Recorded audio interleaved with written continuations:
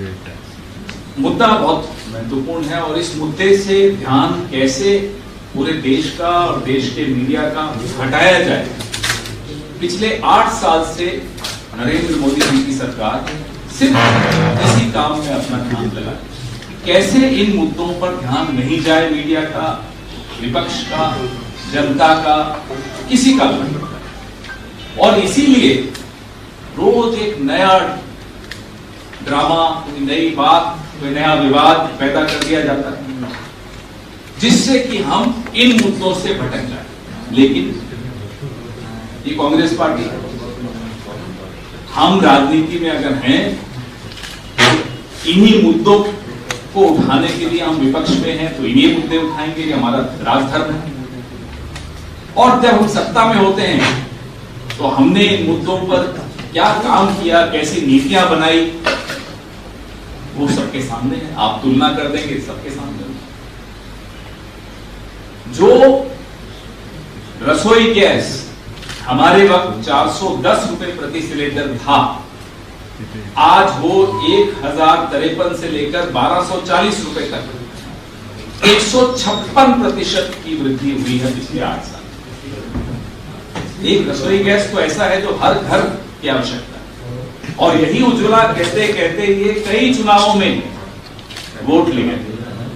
आज उज्ज्वला में कितने लोगों ने दूसरा सिलेंडर लेने की क्षमता है या वो ले पाएंगे दूसरा सिलेंडर, यह सवाल मोदी जी को डराता है। यह सवाल कोई पूछ ले, है सवाल तो आप लोग कैसे पूछेंगे मोदी जी से, प्रेस कॉन्फ्रेंस तो वो करते हैं। लेकिन कभी कोई ये सवाल पूछ ले,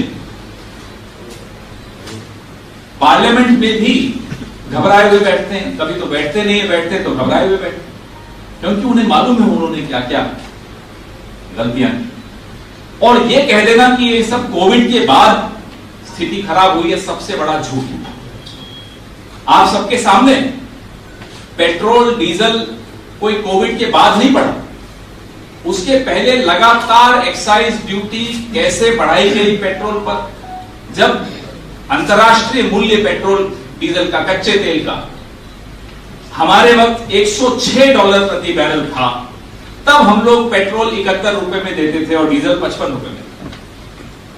आज अगस्त 2022 में कच्चा तेल $97 पे आता है प्रति बैरल, तो पेट्रोल है 95 रुपए प्रति लीटर से लेकर 112 रुपए प्रति लीटर, और डीजल 90 से लेकर 100। यही हालत आप एलपीजी की देखिए। और 19 के चुनाव में मुझे अच्छी तरह याद है, नरेंद्र मोदी जी 56 इंच करते हुए आते थे और बोलते थे, साहब ये दही, लस्सी, खाने पीने के सामान, छाछ, इन चीजों को देखो मैंने जीएसटी से बाहर रखा। ये 19 की बात है, ज्यादा पुरानी बात नहीं। आज 22 में ये सब चीजें जीएसटी के दायरे में आ गई। पेट्रोल का अतुल जी बॉम्बे का रेट बता रहे हैं 106 रुपए 29 पैसे, और अंतरराष्ट्रीय मूल्य मैंने बता दिया, मनमोहन सिंह जी के वक्त $107 से भी ऊपर चला गया था। तब भी पेट्रोल 75 रुपए से ऊपर नहीं जाने दिए। 71, 73, 75 तो बहुत ही कम, एक आध दिन के लिए। आज ये स्थिति, डीजल 94 रुपए 25 पैसे बंबई में। तो अगर आपकी नीयत में खोट है, 8 साल हो गए आपको सरकार में आए, आपने नोटबंदी की, हमें नहीं समझ में आया क्यों की, आपको भी शायद नहीं समझ में आया क्यों की, जिसने की उसको भी नहीं मालूम क्यों की।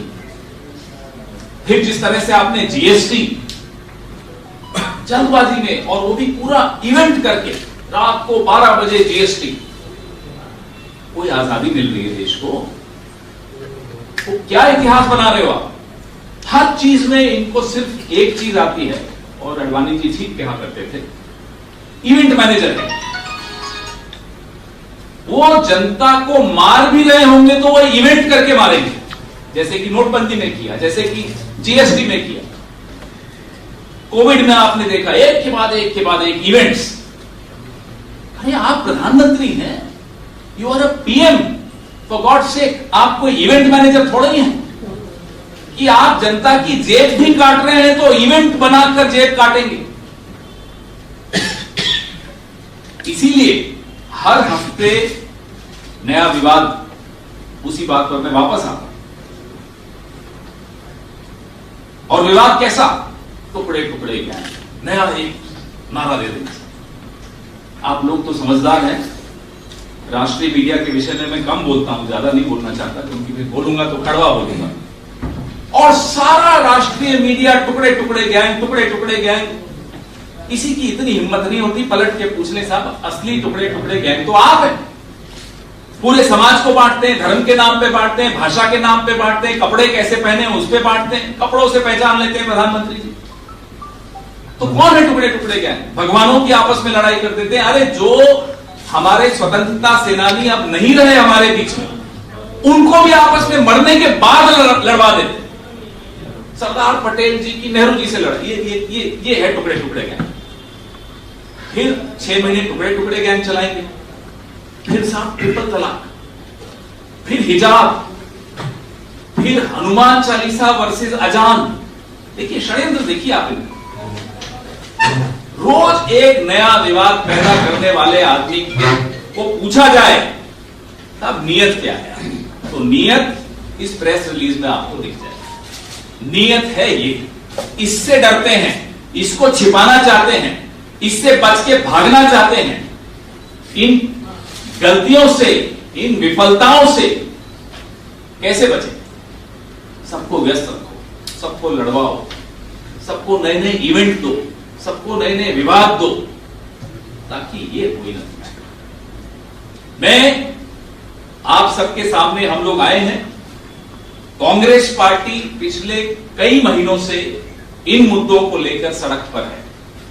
4-5 बड़े बड़े हमने प्रोटेस्ट किए पूरे देश में, और इसकी परिणति अब जो हो रही है, 4 सितंबर को रामलीला मैदान में महंगाई पर हल्ला बोल नाम की एक बहुत विशाल रैली का आयोजन किया जा रहा है। पूरे देश से लोग उसमें शामिल होंगे।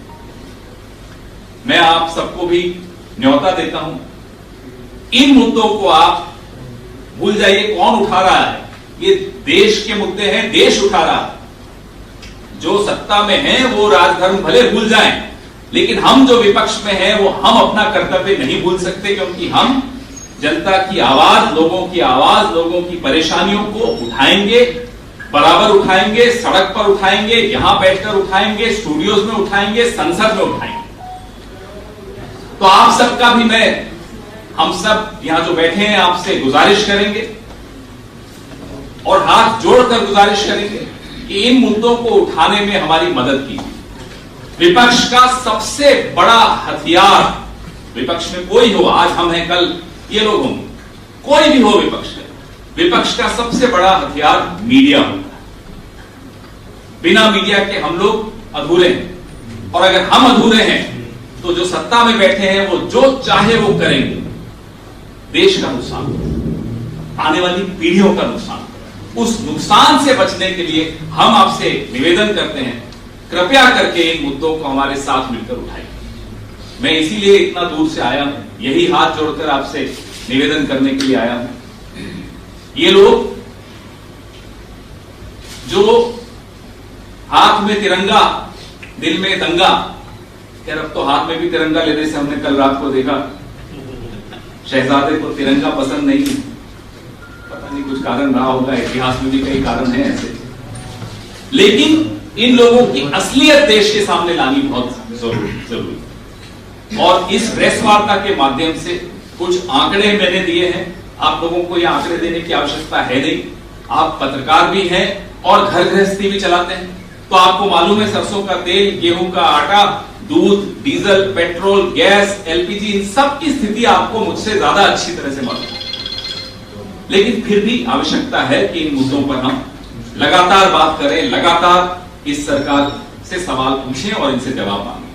अब आप सबसे निवेदन है कि इससे संबंधित प्रश्न पूछें तो अच्छा है। पवन जी, आप एक तरफ महंगाई का, कांग्रेस महंगाई के मुद्दे पर लगातार सड़क पर है और अलग अलग जगहों पर रैलियां कर रही है 4 सितंबर, लेकिन जिस तरीके से आजाद साहब भी कांग्रेस के खिलाफ सड़क पर है और कई जगहों पर प्रेस कॉन्फ्रेंस से कांग्रेस में इंटरनल लोकतंत्र नहीं है। देखिए, अगर वो सड़क पे सही वक्त पे आ जाते, सही मुद्दे लेकर आ जाते, तो आज ये स्थिति नहीं होती। तो सड़क पर आए होंगे, गलत मुद्दे और गलत समय पर और गलत नियत से आए हों, तो उन पर मुझे कुछ नहीं कहना। हमारे नेता राहुल गांधी जी जब इस तरह की ताकतों से लड़ रहे हों, ऐसे में कुछ लोग उनसे लड़ना चाह रहे हो राहुल गांधी से, तो इतिहास उनको भी याद रखेगा और माफ भी नहीं करेगा। तो इनके विषय में तो क्या बात करना। आप ये कह रहे हैं कि महंगाई के खिलाफ सब लोगों ने आपका साथ देना चाहिए, लेकिन आपके दल में जो है, पार्टी में कोई ज्यादातर लोग आपके खिलाफ दिख रहे हैं, राहुल गांधी के विचारधारा के खिलाफ दिख रहे हैं। फिर आप ये कैसे कहेंगे कि भाई इस तरीके के लोग आपके साथ रहेंगे, क्योंकि आपके लोग ही आपके साथ नहीं है। हमारे ज्यादातर लोग, मतलब कितने गिने आपने, कितने? दिक्कत ये है कि भारतीय जनता पार्टी को ये सूट करता है। गडकरी जी तो सुबह से शाम तक आजकल अच्छी अच्छी बातें सुनाई दे रही हैं, क्यों नहीं उनके बारे में? वो तो कैबिनेट में है और खुलकर बोल रहे हैं मोदी जी के खिलाफ। तो देखिए, पार्टी में कौन क्या बोल रहा है मायने नहीं रखता। पूरी पार्टी एकजुटता से इन मुद्दों पर सड़क पर संघर्ष करती हुई दिख रही है और आने वाले दिनों में दिखेगी। आपको मैं निजी तौर पे आमंत्रण देता हूं, आइए रामलीला मैदान, लेकिन अच्छा दिख जाएगा आपको कि कौन किसके साथ खड़ा। लेकिन अचानक ऐसा है कि कांग्रेस ने उन्हें बुलाया था, लेकिन वो कभी जाना नहीं चाहते थे। गडकरी साहब ने इस बात का भी जिक्र किया कि कुछ दिन पहले कांग्रेस के नेताओं ने मुझे कांग्रेस में शामिल होने का न्योता दिया, लेकिन मैं नहीं जाना चाहता हूं। मैं बावड़ी में कूदना पसंद करूंगा, लेकिन कांग्रेस में नहीं जाऊंगा। वो संदेश वो अपने घर में किसी को दे रहे हैं, छोड़िए। एक सवाल इसमें से, आपने 8 सालों का एक पूरा चित्र बताया कि 156% जो है वो कैसे हाइक हुई है। ये चीजें जो है, क्या आप लोगों तक ले जाने में असफल हो रहे हैं, जिसकी वजह से ये वोट में कल्टीवेट नहीं हो रहा है? आपने जो सवाल पूछा, बहुत सही सवाल पूछा, लेकिन गलत आदमी से पूछा। ये सवाल मैं मीडिया से पूछा, मैंने अभी अपनी प्रेस वार्ता में भी कहा, हम अपनी बात लोगों तक कैसे पहुंचा सकते? आपके माध्यम से पहुंचा सकते। आपके पास तो आप पहुंचाते हैं, ऐसी बात नहीं है, लेकिन मैं राष्ट्रीय मीडिया से थोड़ा दुखी हूं और होना भी चाहिए, और देश भी दुखी, क्योंकि जिस तरह के वो मुद्दे, आप रोज शाम को टीवी चलाकर बैठिए, आपको लगेगा कि ये सब तो कोई मुद्दे हैं ही नहीं। महंगाई, कांग्रेस तो पता नहीं क्यों इस तरह के मुद्दे उठा रही है कि 40% पेट्रोल बढ़ गया, 75% डीजल बढ़ गया, 156% एलपीजी बढ़ गया। ये मुद्दे आपको टीवी पे, अखबारों में क्यों नहीं दिख रहे? ये सवाल मैं उनसे पूछता हूं, आपसे नहीं, क्योंकि आप लोग तो सप्रा जी और अतुल भाई बता रहे थे कि उठाते हैं मुद्दे, लेकिन जो एक लोकतंत्र की शक्ति कैसे, उसमें संचार कैसे होता है शक्ति, विपक्ष और मीडिया की एक समझ होती है आपस में। विपक्ष मुद्दे उठाता है और वो कोई अपने लिए नहीं उठा रहे मुद्दे, लोगों के मुद्दे हैं, लोगों के लिए उठाए जा रहे हैं। और जिस तरह से हम लोगों के प्रति जवाबदेह हैं, भले हम चुनाव हारे हों या जीते हों, उसी तरह से मीडिया भी जवाबदेह, हम सब जवाबदेह हैं। हम सब लोकतंत्र को ही शक्ति देने के लिए अपना अपना काम कर रहे हैं। तो सवाल आपका सही है, इसका जवाब हम दोनों को मिलकर ढूंढना होगा। भारत जोड़ो अभियान में राहुल गांधी जी मुंबई में आने वाले हैं, उसका शेड्यूल। एक सबसे विनती है कि आज का विषय जो है वो महंगाई से लेकर है, बहुत बार इधर उधर हो जाता है, तो इससे जब अगर मुद्दे को रहेगा थोड़ा सा अच्छा रहेगा। मेरी विनती है। सर एक और प्रश्न, आजाद जी ने आज मीडिया से बात करते हुए कहा, महंगाई पे बात की कि आजाद जी ने, पहले बताओ ना, मैं पूछ रहा हूं आपसे, क्या गुलाम नबी आजाद ने आज मीडिया से बात करते हुए पेट्रोल की कीमत बताई आपको, दूध की कीमत बताई आपको? आजाद साहब ने प्रेस वार्ता की और महंगाई पे अगर की हो तो चलिए चर्चा कर लेते हैं। अब वो अपनी करते रहे बात कि उनको आगे क्या करना है, करते रहे, उसमें क्या फर्क पड़ता है? वो काफी साल कांग्रेस में गए, लेकिन अब इस तरह के बयान दे रहे कि कांग्रेस तो उनसे पूछिए ना, ये सब कहा जा रहा है। तो पहले तो अभी उसी जमात का हिस्सा थे, तो उनसे पूछिए ना कि आप कैसे याद आए। राहुल जी का मुंबई दौरा कई बार बना और रद्द हो गया, महाराष्ट्र का दौरा बना और रद्द हो गया, तो क्या राहुल जी मुंबई या महाराष्ट्र नहीं आना चाहते हैं क्या? आप दिल से बुलाइए, देखें जरूर आएंगे, आप बुलाइए ना। एक सवाल ये है कि अभी सरकारी पक्ष में जो लोग बैठे हुए हैं, वो पहले सिलेंडर, प्याज, बैलगाड़ी लेकिन कई दफा संसद में गए हैं, लेकिन उनका प्रभाव उस समय पड़ा। कांग्रेस दल जो आंदोलन करती है उसका प्रभाव क्यों नहीं पड़ता? आप मीडिया अपना कोशिश, आप अपने स्तर पर देखिए। नहीं, हम जब सत्ता में होते हैं हम मीडिया का सम्मान करते हैं। आपको याद होगा 2010, 11, 12, 13 लगातार 4 साल रोज की प्राइम टाइम डिबेट्स कांग्रेस सरकार के खिलाफ होती थी। कोई रोकता था उन्हें? नहीं रोकता, क्योंकि आप लोग का काम था। तो मैं ये बार बार आपको बोलूंगा, क्योंकि मैं कुछ वक्त तक पत्रकार रहा हुआ हूं, तो मैं अपना ही मानता हूं और मैं अपने आप को आपका ही मानता हूं, इसलिए मैं हक से बोलता हूं। ये सवाल आप जो पूछते हो ना, इस पे मिलकर अपन लोग जवाब ढूंढ सकते हैं। लेकिन ये मत कह देना कि साहब उस वक्त जब अटल जी बैलगाड़ी पे आते थे तो कवरेज होता था, तो वो सर्टिफिकेट आप उस वक्त की सरकार को दे रहे हो। सर्टिफिकेट विपक्ष को मत दीजिए, सर्टिफिकेट सरकार को दीजिए, और इस सरकार को भी एक सर्टिफिकेट दे दीजिए कि वो मीडिया को स्वतंत्र तरीके से काम नहीं करने दे। दिख रहा है आपको, कभी आता है कि वो हॉस्टाइल टेक ओवर हो गया एक चैनल का, रोज हो रहा है। अब किसी दिन असलियत मालूम पड़ेगी सारे चैनल हैं किसके। और आज जिस तरह का आरोप आजाद जी ने लगाया, तो उसके बाद सोनिया जी से बातचीत हुई, मोदी जी पर आरोप लगाया उन्होंने महंगाई का, बिल्कुल नहीं लगाया। तो फिर छोड़िए ना। एक चीज, अरे साहब, मुद्दा महंगाई है, मुद्दा नरेंद्र मोदी है, आजाद साहब कहां से आते हैं? आप लोग का राहुल जी पर लगातार आरोप कर रहे हैं, उनका पक्ष अब तक आ नहीं पाया। क्या उनसे आप लोग की इंटरनेट कुछ बातचीत हो? किसका पक्ष लिया? राहुल जी का। राहुल जी क्या कह रहे हैं? राहुल जी का पक्ष आपके सामने बैठा है। राहुल जी का पक्ष ये मुद्दे उठा रहा है। आजाद साहब का पक्ष जो उठा रहा है वो आप देख ही रहे हो। लेकिन मुझे राज्यसभा नहीं मिली, अब ये मुद्दा है क्या कोई? बताइए आप, मुझे राज्यसभा किसी को नहीं मिले वो ज्यादा महत्वपूर्ण मुद्दा है कि 410 रुपए का सिलेंडर 1053 में मिल रहा है? बताइए, आम आदमी के लिए किसी की राज्यसभा क्या महत्व रखती है, मुझे बताइए। बीच में सवाल तो आपने भी उठाए थे। आपकी भी नाराजगी क्यों इस बात की? मेरे कोई नाराजगी नहीं है, मैंने तो अपने ऊपर नाराजगी रखी कि मेरी तपस्या में कमी रह गई। मैं किसी पर नहीं बोलता हूं, मैं पार्टी का। की तपस्या कांग्रेस में होती है जो नहीं, मेरा बड़ा स्पष्ट है। कुछ मिले नहीं मिले, हम लोग जितने लोग बैठे हैं, हम लोग लड़ के इस तरह की विचारधारा को इस देश से बाहर कैसे करना है, हमारा पूरा 24 घंटे राहुल गांधी हो या कोई और उनके सैनिक हो, हम सब उसी में लगे हुए। कांग्रेस के आप प्रेसिडेंट राहुल गांधी का बार-बार नाम ले रहे हैं, आप जो पार्टी के सेनाध्यक्ष आप उसको मानते हैं, लेकिन सेनाध्यक्ष अपने पद से ही भाग रहे हैं। आप उनसे पूछ रहे हो, बात वो नहीं है। एक व्यक्ति ने एक नैतिक बल दिखाया कि 2019 की हार की जिम्मेदारी ली। मुझे लगता है उस वक्त हम सबसे ये गलती हुई कि हम लोगों ने जिम्मेदारी नहीं ली, अकेले उस व्यक्ति को लेने दी। और आज जो जिनका नाम आप बार बार ले रहे हैं, उन्होंने भी अपने पत्र में लिखा कि राहुल जी ने इस्तीफा क्यों दिया था। अरे साहब, आपको इतना ही बुरा लगा उनका इस्तीफा देना, आप भी इस्तीफा दे देते, CWC से बैठ जाते धरने पर, क्यों नहीं बैठे? तो इसलिए ये सब बातें नहीं है कि वो भाग रहे हैं। एक व्यक्ति ने आज इस दौर में भी एक नैतिक शक्ति दिखाई और जिम्मेदारी ली। कौन है जिम्मेदारी लेते हैं? ये जो भाग गए हैं अभी, कितने राज्यों के प्रभारी रहे हैं, कितने जिता के लाए? ली जिम्मेदारी? नहीं ली ना। सबको सीखना चाहिए राहुल गांधी। सर, लेकिन दिल्ली से जुड़ा हुआ या गुलाम नबी आजाद से जुड़ा हुआ नहीं है। महाराष्ट्र की बात करते हैं, यहाँ पर भी जब चुनाव हुए थे तब कई क्रॉस वोटिंग हुए थे, दिल्ली से लोग आए, कई लोगों से बातचीत की, 7 से 8 आपकी भी कांग्रेस पार्टी के लोगों ने जो पार्टी के जो पहले उनको नहीं दिया, क्रॉस वोटिंग किया, एक आपके जो सदस्य वो हार गए। ये कहा गया था कि कार्रवाई होगी, कई सारी चीजें होंगी, उस पर भी कुछ हुआ नहीं, ना कुछ हुआ। तो ये जो लाइन ऑफ डिसिप्लिन है, ये कहां पर जाकर रुकेगा? ये भी एक हमारी पार्टी इस प्रदेश में हो या किसी और प्रदेश में बिल्कुल एकजुट है। हमारे यहाँ एक सिस्टम होता है, ऐसा नहीं है कि एक व्यक्ति निर्णय ले ले दिल्ली में बैठ कर कि आप इसको हटा दो, इसको ले आओ, ऐसा नहीं होता। वो होता होगा जहां होता है, जहां 1.5 लोगों की सरकार चल रही है, उनकी बात मैं नहीं कर रहा। यहाँ तो मालूम ही नहीं कि सरकार कौन चला रहा है, तो यहाँ तो छोड़िए। तो हमारे यहाँ एक सिस्टम है, प्रक्रिया है।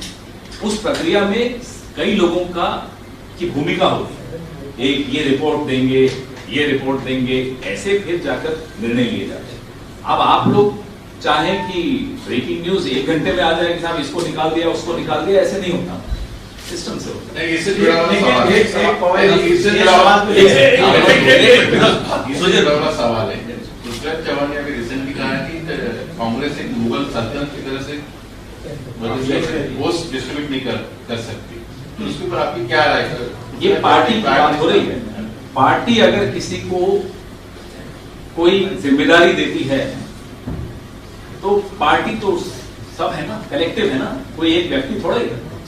पार्टी ने अगर किसी को जिम्मेदारी दी है तो उसकी तुलना किसी सल्तनत से नहीं की जा सकती। उन्होंने क्या कहा क्या नहीं कहा मैंने सुना नहीं, लेकिन मैं वैसे आपको बता रहा हूं मुद्दा, जिस मुद्दे पे आज कांग्रेस पार्टी पूरे देश में आंदोलन कर रही है, हमें उस मुद्दे को कमजोर नहीं होने देना चाहिए। कोई सबको उसी मुद्दे पर मजबूती से खड़े रहना है, क्योंकि लोग विपक्ष की तरफ देख रहे हैं और बिल्कुल आशा भरी निगाहों से देख रहे हैं। जब आइए सड़क पर, हम आपके साथ आने को तैयार हैं। और दूसरा एक सवाल लास्ट सवाल है, दुबई में इंडिया पाकिस्तान की जो मैच हुई उसमें आप लोगों ने भी ट्विटर हैंडल पे उससे ट्वीट किया, जय शाह का फोटो उन्होंने झंडा हाथ में लिया है तिरंगा, उसके ऊपर क्या कार्रवाई करने का प्लान है कांग्रेस का? वही हम क्या करेंगे, एफआईआर पिता गृह मंत्री हैं, उन पर हम एफआईआर वगैरह कुछ ऐसे कुछ चीजें संजय कोतवाल सबके सामने है। शहजादे ने तिरंगे को ठुकरा दिया और ये पहली बार थोड़ी हो रहा है, इनकी तो पीढ़ियां ये करती आ रही है। After the G23 group wrote a letter to the Indian National Congress, after that Azad said that he was sidelined and he was forced to resign From where? from the Indian National Congress. Nobody can force anyone to resign. So that's what he made. दिखाई ना कोई चिट्ठी लिखी किसी ने कि भाई resign करिए, Circumstances. ऐसी बातें कर रहे हैं। हाँ सर, ये that's कोई the बात है इन लोगों की।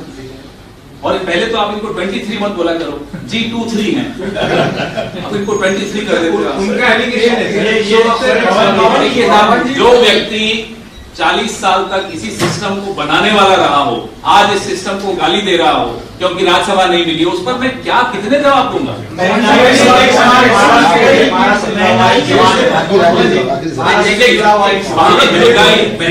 बड़ी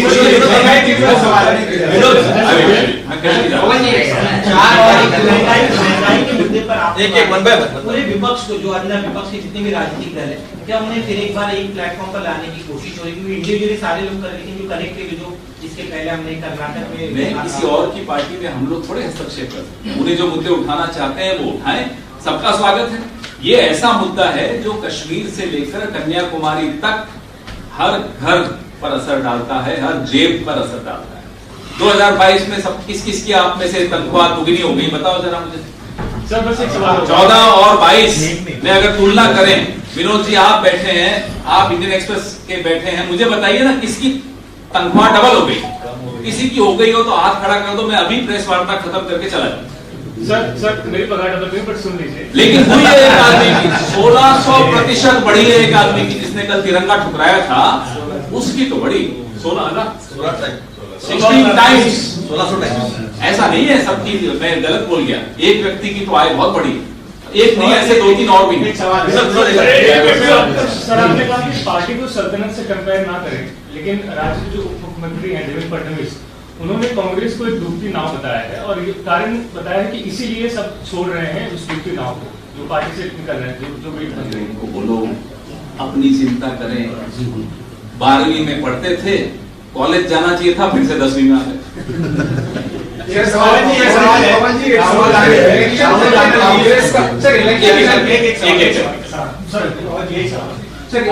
राहुल गांधी उसके बाद आप सबके सवालों के जवाब देंगे यात्रा कर रहे हैं, इस यात्रा में क्या महंगाई के मुद्दे एक प्रमुख होंगे इस यात्रा के दौरान, जो कन्याकुमारी से कश्मीर तक जाएगी? बहुत बड़ा मुद्दा महंगाई का है। भारत जोड़ो यात्रा के विषय में हम फिर आएंगे आपसे बात करने, कोई मेरा साथी आएगा मुंबई। सबसे बड़ा मुद्दा है जो आर्थिक विषमताएं हैं।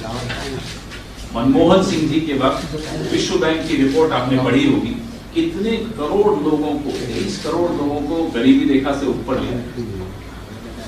आज 2022 में वो तो गिर गए वापस गरीबी रेखा के नीचे, 14-15 करोड़ लोग और गरीबी रेखा के नीचे आए। ये सारी विषमताएं जो हैं, ये जो हम दो हमारे दो वाले लोग हैं, ये सब बातें भारत जोड़ो का हिस्सा यही है कि साहब इस तरह की नीतियां मत लाइए कि गरीब बढ़ता चला जाए और अमीर 2-4 जो लोग हैं वो अमीर होते चले जाए। बिल्कुल बहुत बड़ा मसला। Sir, elections have been announced for the Congress president post. And sir, I mean again, voices are being raised that Rahul Gandhi should become the president of the Congress, whereas what's in his mind is not known. It is my right to express my sentiment. Therefore, I express my sentiment that I want him as my president. So that right nobody can take away from Sir, me, he is always including Mr. Rahul Gandhi. And he's always maintained a stand to. He may have maintained a stand, but I have a right to express my choice and my sentiment. इससे Nothing wrong in that. इससे जुड़ा ही एक सवाल है कि president का जो चुनाव होने जा रहा है उसमें गांधी परिवार को छोड़ करके क्या कांग्रेस दूसरे बड़े नेता जो भी कांग्रेस में है, चाहे गहलोत का जैसे नाम चल रहा था, जैसे सचिन पायलट है या कोई दूसरे भी नेता जो भी कांग्रेस को लगता है, जितनी देर में आप अपना सवाल खत्म करोगे पेट्रोल की कीमत और बढ़ जाएगी। सर आप बताइए कि उस पर क्या दाव नहीं लगाना चाहते तो गांधी परिवार? साहब हम बात कर रहे हैं पेट्रोल, डीजल, रसोई गैस, सरसों का तेल, दूध, गेहूं, आटा, आप बताइए कहाँ चलेगा? वो बात महत्व ही नहीं रखती। इस देश के नागरिकों को क्या फर्क पड़ रहा है कि किस पार्टी का कौन अध्यक्ष है? उनको है मेरी जेब में रात शाम को कितने पैसे बचते हैं और महीने के 20 तारीख को कितने पैसे बचते हैं। असली मुद्दा ये है भाई, ये सब बातें बिल्कुल महत्व नहीं रखती। ये मोदी जी के लिए महत्व रखती है कि मैं, हमारे लिए नहीं है महत्व रखती। सवाल ये है कि ये सब चीजें जो आप बता रहे हैं, जब आप सत्ता में आओगे तब आप कहीं ना कहीं इनके प्राइसेस कम करोगे, ऐसा उम्मीद करते हो अगर आप सत्ता में आते हैं तो उसके लिए आपका क्या प्लान? अगर नहीं जब हम सत्ता जब आप आएंगे तो उसके लिए आप जब लोगों के साथ जाओगे तो लोग आपको सवाल यही पूछेंगे आप कैसे कम करोगे? तो क्या कैसे? मैंने तो आपको उदाहरण 2014 का दिया, जब अंतर्राष्ट्रीय मूल्य कच्चे तेल का $160 प्रति बैरल था, तब 73 रुपए में हम पेट्रोल बेच रहे थे या नहीं बेच रहे? 71 रुपए दिल्ली का दाम बता। तो हमने तो किया। अर्थशास्त्री और अनर्थशास्त्री में जो अंतर है वो यूपीए और एनडीए में है। सर महाराष्ट्र में जो मविया की जो सरकार थी तब पेट्रोल और तब जो है तब पेट्रोल और डीजल के दाम बढ़े हुए थे, मगर जैसे ही सत्तांतर हो गया, जैसे ही शिंदे का सरकार फडणवीस आ गई तो उन्होंने डीजल और पेट्रोल के दाम कम कर दिए। सेंट्रल एक्साइज जितना वो भी बदल गया। सेंट्रल एक्साइज वैट, इसके आप जरा आंकड़े निकालिए। 27 लाख करोड़ रुपए केंद्र सरकार पिछले 8 साल में सिर्फ पेट्रोल और डीजल पर सेंट्रल एक्साइज और वैट से कमा चुकी है, ड्यूटी से कमा चुकी है। तो पहले तो इसका हिसाब मांगिए ना इन लोगों से। फडणवीस ने 20 रुपए और 10 रुपए कम करने की बात की थी, क्या 2 रुपए? एक जनरल सवाल है सर, क्या मोदी जी की लहर महंगाई इतनी बढ़ रही है, क्या देश में मोदी जी की लहर खत्म हो चुकी है और 2024 में कांग्रेस कितने देश में चिंता की लहर है, देश में परेशानी की लहर है, देश में दुख की लहर है और निराशा की लहर है। और अगर इन सब का एक ही नाम है तो वो मोदी। ये चिंता जो हमें भी सता रही है, आपको भी सता रही है। लोग क्यों कर रहे हैं सरकार के खिलाफ, ये चिंता बड़ी है। ये चिंता आपको होनी चाहिए, मीडिया को। ये सबसे बड़ी चिंता तो मीडिया को होनी चाहिए। परसेप्शन बैटल में कहीं नहीं आपको लग रहा है कि आप या फिर अन्य जो दल है इतने तमाम मुद्दे होने के बावजूद भी परसेप्शन क्रिएट नहीं कर पा रहे, जो परसेप्शन आपकी सरकार के दौरान सड़कों में दिखाई देता था जनता के माध्यम से, पार्टी के उसको लेकर कहीं और आपको लोगों को और ज्यादा एफर्ट मारने की जरूरत है कि कहाँ कमी रह जाएगी? हम लोग एफर्ट पूरा कर रहे हैं, उम्मीद है आप भी पूरा कोऑपरेट करेंगे। आपने अभी थोड़े दिन पहले एक न्यूज देखी थी कि ट्विटर तक पे उन्होंने अपना एक एजेंट बैठा दिया। ये कंट्रोल है आज मीडिया और सोशल मीडिया पर। आप और हमें ये आभास है कि हम किस तरह की शक्ति से लड़ रहे हैं, और ये आभास लोगों में तभी आएगा जब हम ये बात लोगों तक पहुंचाएं कि ये है, these are the forces we are fighting. जो सोशल मीडिया, जो कि अनमीडिएटेड स्पेस होती है, जहां कोई किसी का कंट्रोल नहीं होता, उसमें भी इन्होंने अपना एजेंट बैठाया। इससे बड़ा और क्या उदाहरण हो सकता है मोदी सरकार की फांसीवादी मानसिकता। आपको नहीं लगता चल रही है, रोज दिखाया करो ना। कौन जी, ये कौन बात जी, आपको नहीं लगता कि जल्दी जान को बात आपकी रंजिश की वजह से आप बड़े मुद्दे जनता तक पहुंचा नहीं पाते हो, क्योंकि आप लोग अपने में नहीं नहीं नहीं नहीं, मैं महंगाई पे प्रेस वार्ता करता हूँ, आप आजाद साहब पे सवाल पूछते हो तो बताओ मेरी क्या गलती है? मैं तो सारे आंकड़े आपके सामने लाया, मैंने आपको बताया कि कैसे 156% तो सिर्फ एलपीजी पर बढ़ गया 8 साल में। बताइए ना, आजाद साहब से ज्यादा महत्वपूर्ण है या नहीं, मुझे बताइए।